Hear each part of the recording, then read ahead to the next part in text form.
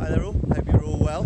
Right, we're here at Durdle, which is on the south coast of England, and what we can see behind us are a selection of erosional landforms that have been created by the force of hydraulic action and abrasion. Now, what you can see near the cliff base are faults in the rock, and these are developed into a cave where more erosion and hydraulic action and abrasion has taken place.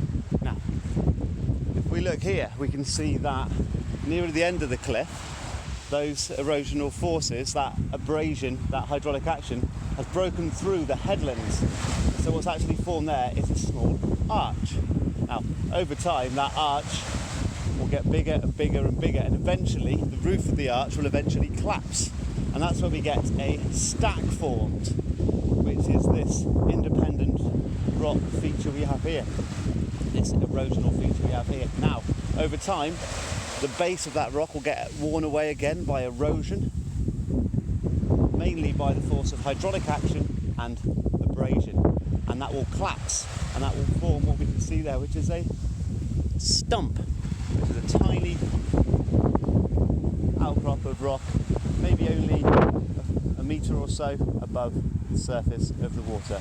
So again, we have faults or cracks, then we have caves, then we have archway or an arch, then we have a stack, and then we have a stump.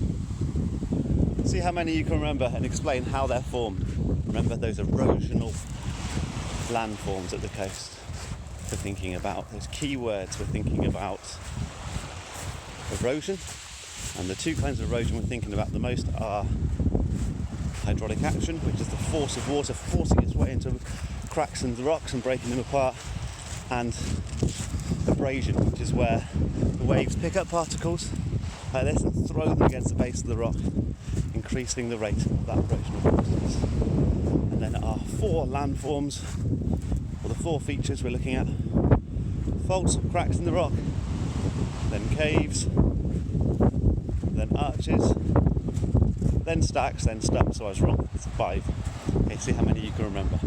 And answer the following question.